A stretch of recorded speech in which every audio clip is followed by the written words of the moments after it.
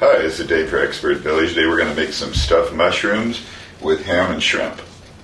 Alright, continuing with our ingredients for our stuffing, we're going to finely dice and finely chop this celery. Okay, since we're going to finely dice this, I like to cut it down lengthwise, kind of in a thin strip like that.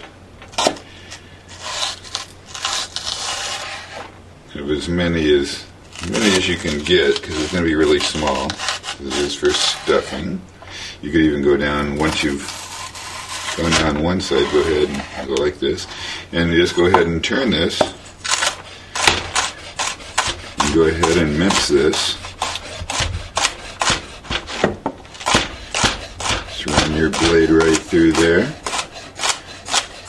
You can see how you can make this much easier on yourself by splitting them lengthwise. Don't have to do nearly as much chopping.